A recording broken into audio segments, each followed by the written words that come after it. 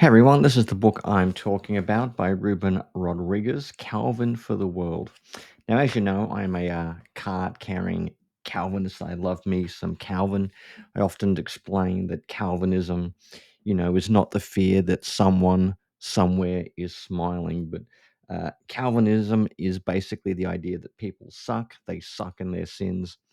They are sucking us unto death, but the God who is rich in mercy that saves them.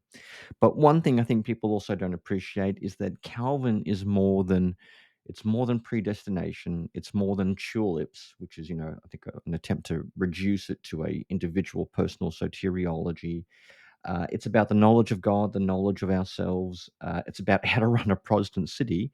You could argue that Calvinism is not just a religion, but like a type of civilization. It's how to make the Reformation real in every aspect of your life, whether you're in a city council meeting talking about a new sewage system to the city, or preaching to people about salvation. And yeah, this book by Rodriguez will open up some horizons to Calvin.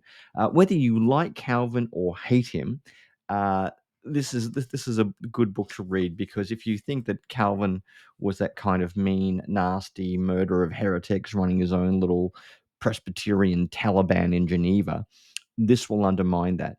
And if you appreciate Calvin, there'll be new dimensions to Calvin that you'll learn about. I mean, most people don't read book 4 of Calvin's Institutes for a start, about all the exhortations to magistrates and the clergy, and should we kill a king if he's a bit of a jerk? Well, probably not, but he goes into that.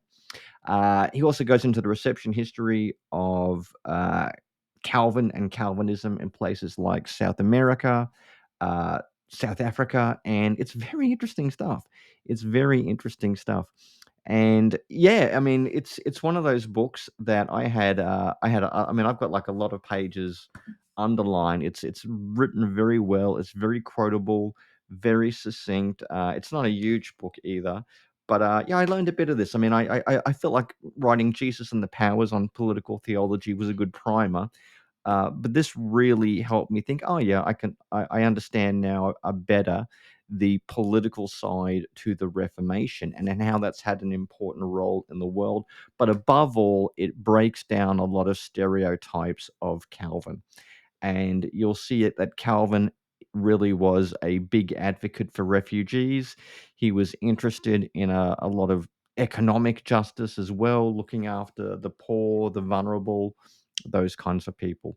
So yeah, I mean, if you like Calvin, or you only read Calvin to keep your disgust fresh, this is a book I review. Certainly, like it's one of the top 5 best books I think I've read this year. This was a really enjoyable read, and you'll enjoy it too if you get hold of it. So there we go, Calvin for the World.